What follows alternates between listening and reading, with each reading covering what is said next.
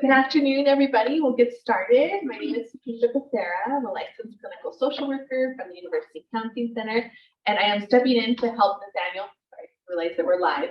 And so please bear with me as I am not as familiar with the content, but I know this is very useful. So I think you'll get a lot out of it, especially as we do some worksheets and actually help personalize the content today. So thank you all for being here. And so today we're doing setting goals and managing time wisely. And this is the last Cougars Care for the semester. So thank you for those who have been coming. And we'll do the next slide. Okay, here it goes.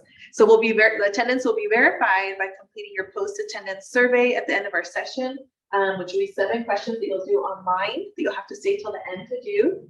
And then if you're seeking the SONA credits, you must also register through the SONA portal. And if you need any attendance verification, you'd also be emailing Nathaniel Fernandez, and Fernandez at ed.edu for any other follow-up. Okay, and then our ground rules for today, as we're recording this, is that we want to also make sure that we're respectful of one another. So as we're doing our breakouts or in large group discussion, recognizing that we all might have different beliefs, so be respectful of each other. And then if someone shares anything, even in the small group, to make sure that you're keeping that confidential and not sharing what we learned here outside of the room. If you need to take a break to use the restroom, please do so, or to step out of the room, please feel free to do that. And then this is interactive, so any questions you all have, let us know and we'll do our best to answer it. And then again, for privacy reasons, we'll only be recording the lecture portions and not the breakout rooms, as later this will then get edited and be added to our YouTube channel.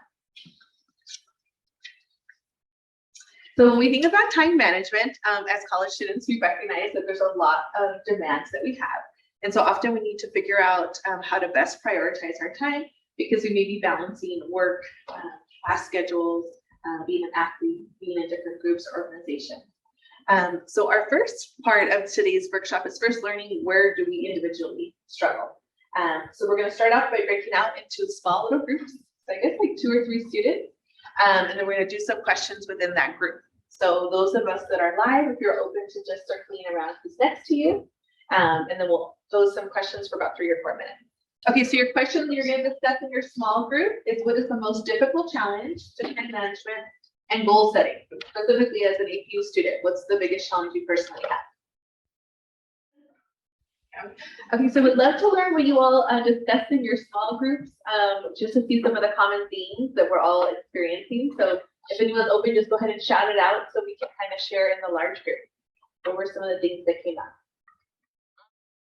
Yeah, the initiation piece, right? The motivation, and you know you have to do it, but it's hard to get motivated to do it.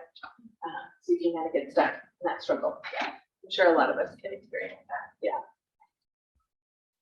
Any other experiences shared? Yeah, it's so hard when you have multiple commitments. At different times in your life, one might take priority over the other. So you might have your schedule structured a certain way, but then maybe something that's at home and your family needs you in that way. And then you have to kind of put things on pause and attend to what's going on with your house, so, or with work. So that definitely can be hard.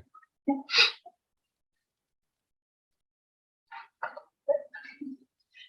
So in our next slide, we often want to go to the root of what God calls us to do in regards to managing our time well. And it often is said, right, that God calls us to moments of rest. So specifically, the scripture that we'll pull out today is Genesis 2:2-4, that on the 7th day, God finished the work that he had done, and he rested on the 7th day from all the work that he had done. So God blessed the 7th day and hallowed it, because on it, God rested from all the work that he had done in creation. These are the generations of the heavens and the earth when they were created. So sometimes it's helpful us to recognize, right, that we're not created to always be work without having times of reflection, times of peace, because that's when we'll find that we're out of alignment, right? That God created us and also intentionally created a day of rest, how we can, metaphorically create those moments of rest even in our day. We can't, do a whole day of doing nothing. How we can incorporate that thinking into just our daily practices of managing life and managing our commitments. And so this is where we want to debunk some of the myths that we have about time management. So I think one of the first myths is that we have good time management, we can get anything done. And that can be so hard because then we put all this pressure on ourselves, right? Oh, okay, I could do this, I could do that. Because as long as I'm really good with my calendar, I can get everything done. But the fact is there's only 24 hours in a day, right? And a big portion of the day we should be resting, right? So at least sleep, 6 to 8 hours. And then if we're in class or time to eat, we need to make sure that we're prioritizing our needs first before overcommitting to other things. Myth 2 is I should have no limits. So it's this feeling of like, I can do anything, right? But that's a myth. The fact is that your failure to acknowledge limits actually makes us more prone to perfectionism, procrastination, and bad time management. I think it can also lead to feeling like we have poor boundaries, right? If we feel like we need to say yes to everything or connect with everybody, then we're not caring for our own selves well. So I think having the realistic expectation of what our appropriate boundaries are for caring for yourself is good, because it'll help you feel less stressed. And then myth 3 is that time management means doing more and less time. So I think sometimes we can get stuck in that where we feel like we're quickly doing something or multitasking. But our friendships and our relationships can be a toll on that, right? I don't know how many times we're talking to somebody and they're texting someone else while you're talking to them. Or when you're in class and you should be focusing on the professor, you're like emailing or doing something else. I think you miss out on opportunities just to be present and to be engaging in what's happening in the here and now when you're trying to do more, right? So the fact is actually that effective time management means focusing on the most important things with the time that you do have, not magically creating more time. I think, and that gives you a sense of like, okay, I don't have to do everything, but what do I need to do? And focusing on that instead of giving yourself again that burden of feeling you have to do everything and do everything perfectly well. So then a reflection will be, yes, where do we feel that we spend most of our time? So we have downtime. So this is where we let our mind wander. We don't think about any particular goal. It helps the brain recharge. And I was struggling because I don't even think I do this. I don't think I have downtime. So I was like, oh my gosh, I need to do that. Focus time, like for me, I think at work, I'm very focused on what I need to do at that specific time. For college students, it could be like, when am I in class? When do I need to do my work? And so it's important to have focus time, right? Where you can feel the challenge and that makes deep connections in your brain. And then playtime. I hope you all have moments of playtime, which, even though you're adults, you still need to play. And so what does that look like, right? Being able to relax, not having to respond to an email or a text, be creative. For those of us who do like to engage or play sports or play music, but playtime should be a part of our day and a part of our life. And then there's also the opportunity to have time in, which is where we can quietly reflect with our own thoughts and our own feelings. And this is important because often we're always stimulated by what's around us. We don't have moments of self-reflection. We can lose who we are or not recognize, what it is that we need for ourselves. And then there's connecting time. And so that's when we're connecting with others in person when possible, right? Having the human interaction exchange is helpful, as well as stopping to connect with the natural world. So moments of being outside, if we have pets, if there's animals around. Not our bobcat outside, right? So he looks very scared in the tree. I almost feel sad for him. Physical time, getting up and moving around. It strengthens the body, and again, it helps stimulate your brain, right? If you're exercising in any way as a part of our daily routine or weekly routine. And then our sleep time. One of our therapists just did a sleep seminar, and there's research that if you're sleeping less than 6 hours and going to work, it's almost like as if you're showing up to work at the same level that you would being intoxicated and getting a DUI, how sleepy you are and how dangerous it could be. So just recognizing the importance of sleep. I think sometimes we pull over all-nighters because we have to as college students, but recognizing where did that come from? Why do we have to do that, right? Is there a way to restructure our time, our commitment so that we're getting the 6 to 8 hours of sleep per night? Oh, that's a good question. So I think downtime is just kind of letting your mind even space, not even directing it at all. And time in, I would find that like if you're journaling, doing like a devotional, a meditation where you're like focusing on your breathing, kind of reflecting on what's going on internally. Where I guess I would think of the of downtime, like maybe we're just kind of like enjoying a coffee on Cougar Walk and looking at people, kind of just mindlessly. Any other thoughts? Just staring at a feeling. Yeah, staring at a feeling. So then our next breakout, do we go into the same groups? Right? Yeah, if you want to go into your same groups, the next breakout question is going to be able to get you to kind of process this further. So being able to recognize in times of stress, what is the first area where we compromise? So if these are all the different areas that we're trying to help you all focus on, when you notice that you're stressed, which one's the first one to go? And so like I admitted, I don't think I have downtime. And so that's probably not good. So I think if I'm stressed, I probably don't do that and start trying to do these other things. But yeah, if you can share in your small group that answer, and then what problems you've noticed as a result, and then where do you tend to spend too much time, right? So if you tend to be the one that loves, the downtime and hanging out, and then you're struggling to do the focus time, then maybe this was a realization that you kind of share in your group today. So if you want to go ahead and break out, and we'll do 4 minutes again. Okay, we all want to come back on the front. I love hearing the discussion. I was telling Ray that there's not an emoji for eating, and that's like a big component. So wondering what you guys thought about that. So like, I guess eating could be a part of connecting, right? Like, let's meet up and eat together. Or it could be a part of your time in, like, hey, I'm taking time to make my favorite meal and connect. Cooking, yeah. But that's definitely, I think, important that we're eating. Yeah, eating our meals. So what came up in our groups? What was the one that we feel that we, I guess, compromise under times of stress? Physical time, like you feel like you don't exercise enough. Yeah, you all agree? So that's like one of the things. Did you guys skateboard? Do you guys do that often? Yeah. Okay. So you have your physical time kind of covered with that. Like built-in transportation. Yeah. What else? What else do people recognize that they start to compromise under stress? Yeah. And so the goal of the exercise is to recognize that we need to have a balance, right? So we can't just be super focused in one area and not develop these other areas, because once we're out of balance, that's what we're going to see. Like, are we feeling stressed? Are we feeling irritable? Are we feeling discouraged? Because our life is out of alignment. So this is a good exercise to recognize, where are the areas that you recognize that you're spending most of your time in and that you're not developing, because that could be the source of the stress right now if you're feeling that. So curious if anybody noticed where they spend too much time. Playtime, okay. How about this group? Where do people spend most time? Sleeping, okay. I agree, especially with the weather change. It's like I could sleep longer. And so, yeah, it's recognizing, how do we balance that? How do we create some additional time to do the exercise so hopefully we don't feel as tired?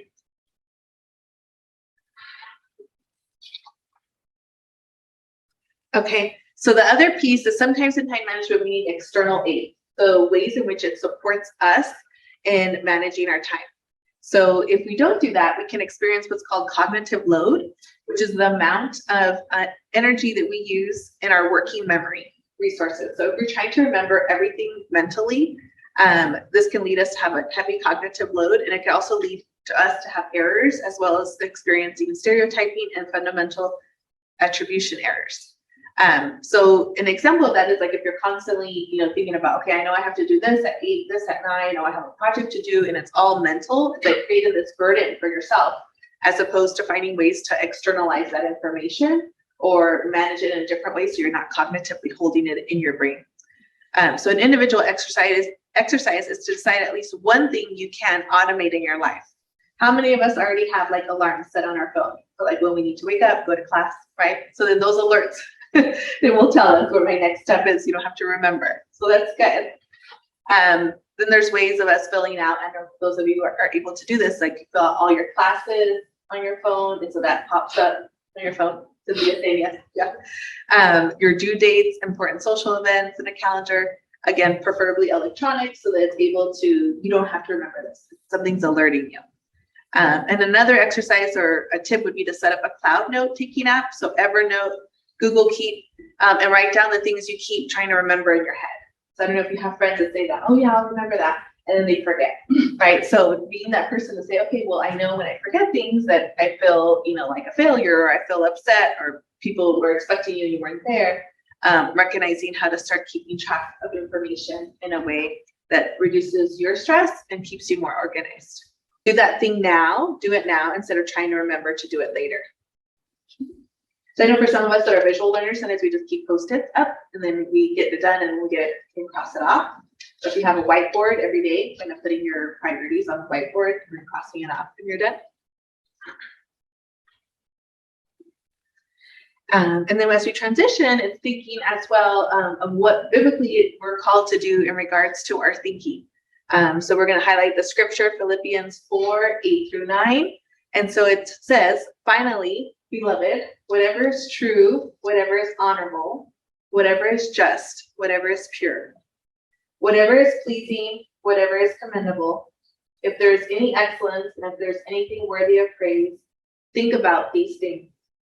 Keep on doing the things that you have learned and received and heard and seen in me, and the God of peace will be with you.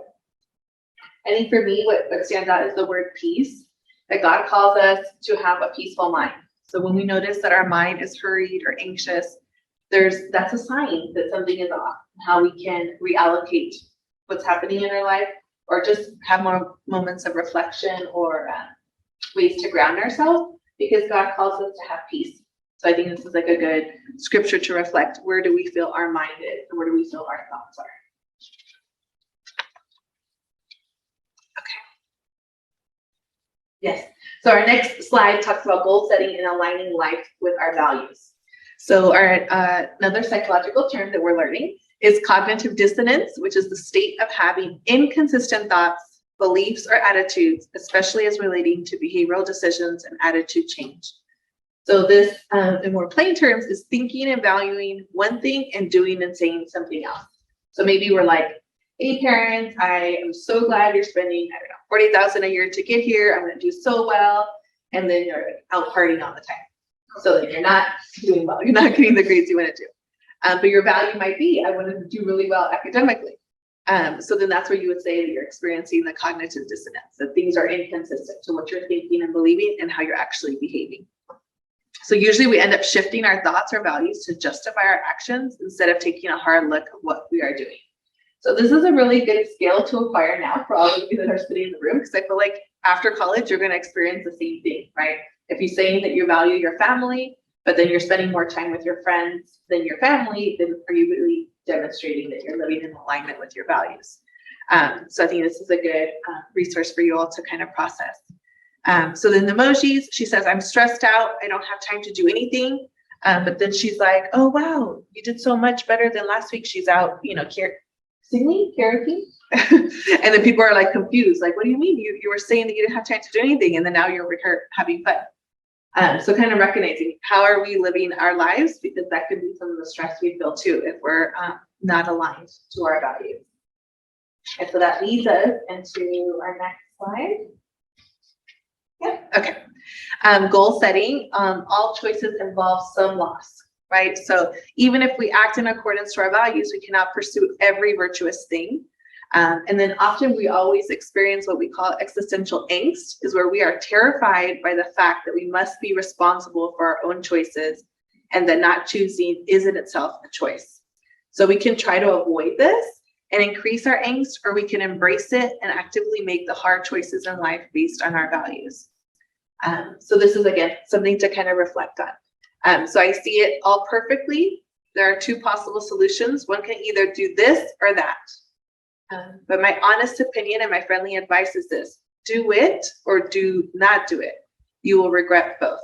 So we cannot do everything, but recognizing where is it that we feel most called to do something and what does that value in us, and then practicing the letting go of the things that we can't do, right?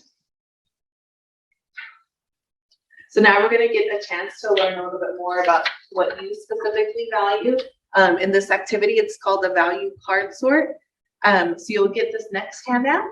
You're able to help with the handout. So this is where you are actually going to have to respond, right, on your own in the group, but on your own, be able to select what are your top 5 values.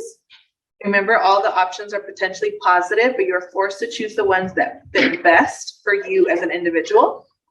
And then in the group, be able to share about which values you picked and why. But yeah, having that ability to recognize you can't choose them all, but if you could choose your top 5, what would they be? So if you could choose that and then process that in your small group. And so we'll probably do a little bit longer for that, or maybe like 6 minutes for that.